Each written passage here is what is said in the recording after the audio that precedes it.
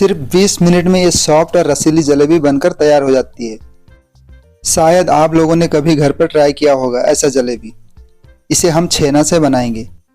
दोस्तों ये बहुत ही टेस्टी होता है, आप इसे ज़रूर घर पर बनाइएगा। चलिए अब शुरू करते हैं। इसके लिए मैंने दूध का इस्तेमाल किया है। मैं इसके लिए फैट मिल्क लिया है 1.5 लीटर। दूध को हमें अच्छी तरह से बॉईल कर लेना है। देखिए मैंने इसी तरह से एक भगोने पे दूध डालकर अच्छी तरह से उबाल लिया है।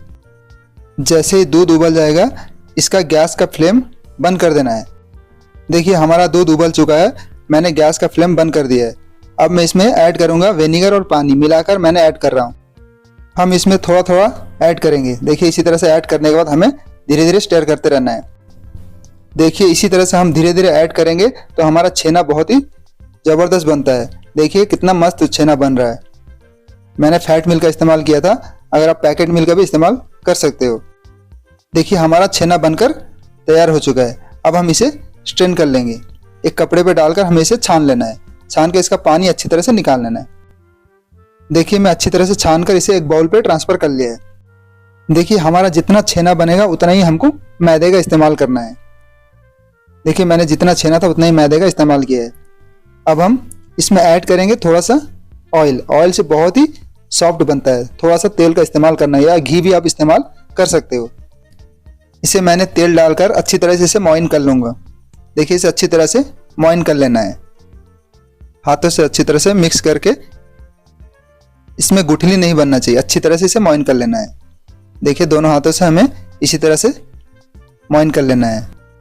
दोस्तों ये बहुत ही टेस्टी और बहुत ही बेहतरीन बनता है। मैं जैसे जैसे स्टेप बता रहा हूँ वैसे वैसे फॉलो करना है। देखिए इसी तरह से हमें अच्छी तरह से मॉइन कर लेना है। एक भी गुठली नहीं रहना चाहिए उसमें।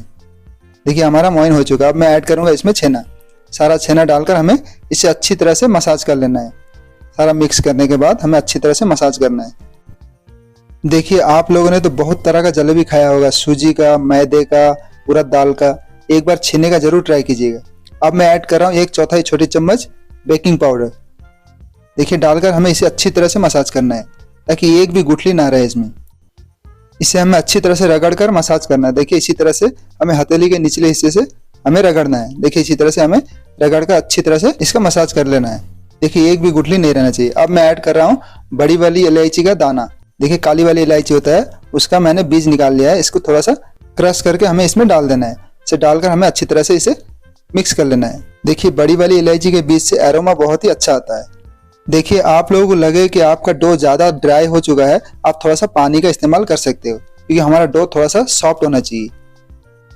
देखिए इसी तरह से मैंने थोड़ा सा पानी का इस्तेमाल किया है। इसे अच्छी तरह से पानी डालकर हमें फिर से मसाज कर लेना है क्योंकि हमारा डो बहुत ही सॉफ्ट होना चाहिए। आप इसके डो को जितना मसाज करोगे जलेबी हमारा उतना ज़बरदस्त बनेगा। देखिए हमारा डो तैयार हो चुका है। मैं एक बाउल पे ढक कर रख लूँगा। आप चाहे तो कपड़े से ढक सकते हो।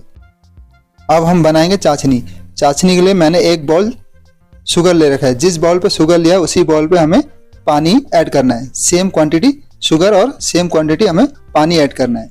ऐड करने के बाद हमें इसे अच्छी तरह से स्टर करते रहना है ताकि हमारा शुगर अच्छी तरह से घुल जाए। आप चाहे तो थोड़ा सा केसर इसमें ऐड कर सकते हो। दोस्तों अब मैं ऐड कर रहा हूँ थोड़ा सा दूध। इससे होता क्या है, हमारा चाशनी बिल्कुल शीशे जैसे बन जाता है। इसमें जितना गंध रहता है वो सारा फिल्टर कर लेता है। देखिए सारा गंध हमारा अच्छी तरह से निकल कर आ चुका है। इसे हमें एक स्पून से निकाल लेना है। एक बात का ध्यान रखें, अगर आप कभी भी चाशनी बनाते हो इसमें थोड़ा सा दूध टच कर लीजिएगा ताकि इससे हमारा चाशनी बहुत ही क्लीन बनता है, बिल्कुल शीशे जैसे दिखता है। सारा गंध वो निकाल देता है। देखिए इसी तरह से हमें सारा चाशनी का गंध हमें निकाल लेना है साइड से। ये अच्छा नहीं लगता है। अब हम चाशनी को उबलने के लिए छोड़ देंगे। देखिए हमारा डो तैयार हो चुका है। हम इसे और थोड़ा सा मसाज कर लेंगे। देखिए इसी तरह से मसाज करने के बाद हमें इसका अच्छी तरह से रोल बनाकर छोटे छोटे टुकड़ों में कट कर लेना है। इसी तरह से देखिए इसी तरह से सारा छोटे छोटे टुकड़ों में कट कर लेना है। अब हम इसका बनाएंगे जलेबी। ध्यान से देखिएगा, ये स्टेप मिस ना कीजिएगा। इसे अच्छी तरह से ध्यान से देखिए। इसी तरह से हमें देखिए हाथ से रोल कर लेना है। अगर चाहे तो आप दोनों हाथ से रोल कर सकते हो। देखिए इसी तरह से हमें अच्छी तरह से रोल कर लेना है। इतना लंबा रोल करना है ताकि हमारा जलेबी का स्टार्टिंग और एंडिंग दोनों जुड़ जाए। देखिए इसी तरह से रोल करने के बाद हमें देखिए इसी तरह से एक हिस्से को हमें पकड़कर उसमें चिपका देना है और दूसरे हिस्से को इसी तरह से हमें गोल घुमाकर उसके दूसरी ओर चिपका देना है। देखिए इसी तरह से हमें बना लेना है। देखिए ध्यान से देखिएगा। देखिए मैं 2 से 3 बार बनाकर दिखा रहा हूँ। देखिए इसी तरह से हमें अच्छी तरह से रोल कर लेना है, जितना लंबा होगा अच्छा होगा। देखिए इसी तरह से हमें एक हाथ से चिपका लेना है एक हिस्से को और दूसरे हिस्से को इसी तरह से घुमाकर हमें उसी जगह पे, सेम उसी जगह पे हमें चिपका देना है। ये बहुत ही आसान है। देखिए मैं 2 से 3 बनाकर इसलिए दिखा रहा हूँ ताकि आपको याद रहे। देखिए इसी तरह से हमें चिपका देना है उसी जगह पे। ये बहुत ही आसान है दोस्तों, इसे आप घर पे आसान से बना सकते हो। देखिए इसी तरह से हमें चिपका देना है। मैं इसलिए बार बार दिखा रहा हूँ ताकि आपको समझ में आ जाए। देखिए इसी तरह से हमें चिपका देना है। देखिए हमारा इसी तरह सारा जलेबी बनकर तैयार हो चुका है। देखिए ध्यान से देखिए, हमारा सारा जलेबी बनकर तैयार हो चुका है। अब हम इसे साइड में रख लेंगे।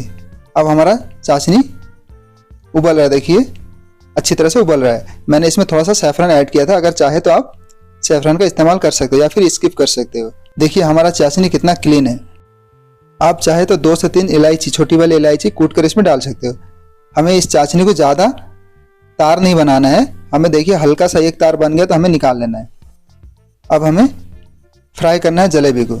मैंने जलेबी को फ्राई करने के लिए घी का इस्तेमाल किया है, अब चाहे तो ऑयल का भी इस्तेमाल कर सकते हो। देखिए इसी तरह से हमें ज़्यादा फायर तेज नहीं होना चाहिए, मीडियम टू लो फायर में हमें इसे फ्राई करना है।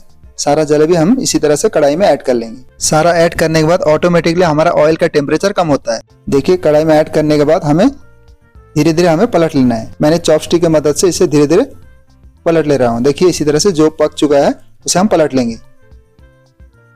देखिए इसी तरह से कलर होना चाहिए। ये बहुत ही आसान है दोस्तों, इसे बनाना आप घर पर इसे ट्राई कर सकते हैं, बहुत ही टेस्टी होता है। दोस्तों आप लोगों को कैसा लग रहा है रेसिपी, प्लीज़ कमेंट में ज़रूर बताइएगा। देखिए हमारा एक साइड का पक चुका है, हम इसे इसी तरह से पलट लेंगे। मैंने सारा एक साइड का जो पक चुका है उसे पलट ले रहा हूँ। इसी तरह से आपको भी पलट लेना है। हमें इसे तब तक पकाना है जब तक ये गोल्डन ब्राउन ना हो जाए, ना कि हमें इसे गुलाब जामुन जैसे ज़्यादा कलर करना है। देखिए इसी तरह से गोल्डन ब्राउन होना चाहिए। देखिए सारा मैं पलट लिया है, हमारा सारा कुक हो चुका है। अब हम ऐड करेंगे चाशनी पे। देखिए चाशनी का फायर थोड़ा सा बंद कर लेना है, चाशनी को ज़्यादा ठंडा नहीं करना है। देखिए इसी तरह से सारा जलेबी हमें ऐड कर लेना है। देखिए मैंने सारा जलेबी ऐड कर लिया है। ये फायर ऑन नहीं है, ये जो जलेबी मैंने गरम गरम जलेबी इसमें ऐड कर रहा हूँ ये उसका ही बबल है। देखिए सारा डालने के बाद हमें इसे अच्छी तरह से डिप कर लेना है।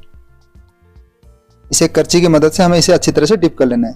करने के बाद हमें इसे ढककर कुछ देर रख लेना है। अगर हम इसे ढक कर रखेंगे तो ये सारा चाशनी अच्छी तरह से एब्जॉर्ब कर लेगा। देखिए कितना ज़बरदस्त फूल चुका है। तो दोस्तों ये बहुत ही ज़बरदस्त और बहुत ही मज़ेदार बनता है। तो दोस्तों इसे ज़रूर घर पर ट्राई कीजिएगा। अब देखिए हमारा छेना जलेबी बनकर तैयार है ना, कितना आसान।